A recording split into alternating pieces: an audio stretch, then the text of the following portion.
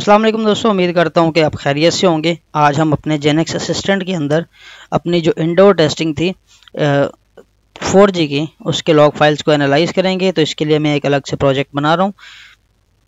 4G indoor के नाम से मैं एक नया प्रोजेक्ट क्रिएट करूँगा।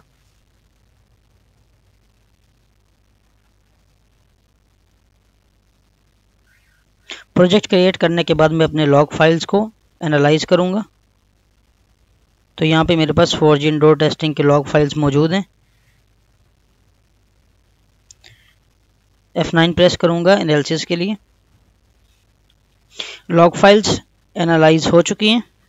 तो सबसे पहले हम अपने 4G के लॉग फाइल्स के अंदर अपना सर्विंग PCI चेक करते हैं।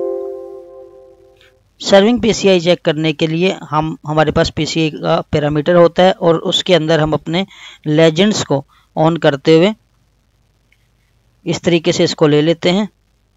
और हमें इसका प्लॉट चाहिए होता है तो हम इसका स्क्रीनशॉट ले लेते हैं इस तरीके से, जो कि हम अपनी रिपोर्ट्स के अंदर लगाते हैं और इसको हम PCI के प्लॉट्स के नाम से सेव कर लेंगे। यहाँ पे हम अपने का फोल्डर बनाएंगे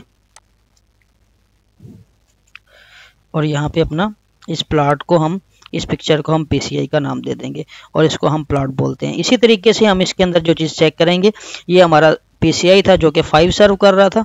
इसी तरह हम इसके अंदर RSRP चेक करेंगे।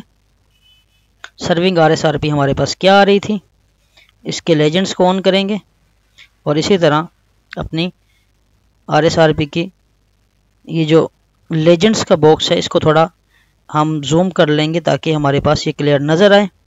और जिस तरह हमने वो पिक्चर सेव की थी, इसी तरह हम अपने RSRP की जो पिक्चर है ये भी हम यहाँ से स्क्रीनशॉट लेने के बाद इसको RSRP का नाम देके इसको सेव करेंगे। इसी तरह तो ये हमारे पास साइनार, नेक्स्ट पिक्चर हमारी साइनार की होगी। तो हम इसी तरह साइनार के लेजेंड्स को यहाँ पे लेंगे और इस पिक्चर को हम साइनार के नाम से सेव करेंगे। इसी तरीके से हम RLC थ्रूपुट की पिक्चर लेंगे और RLC थ्रूपुट हमारे पास DL में आता है। ये मैंने GSM के ऊपर क्लिक कर दिया है और एक्चुअली हमारे पास 4G के DL था। तो हम इस तरीके से इसको थ्रूपुट को लेते हैं, इसको थोड़ा जूम कर लेते हैं ताकि ये थोड़ा क्लियर नज़र आए। और इसी तरीके से कोशिश करें कि आपकी जो पिक्चर्स हैं वेल अरेंज्ड हों। मैं इसको सेंटर में ले लेता हूँ, मैंने साइनार की पिक्चर सेंटर में नहीं ली। इसी तरह हमारा ये जो RLC का प्लॉट है, हम इसको RLC के नाम से RLC थ्रूपुट के नाम से सेव कर लेते हैं।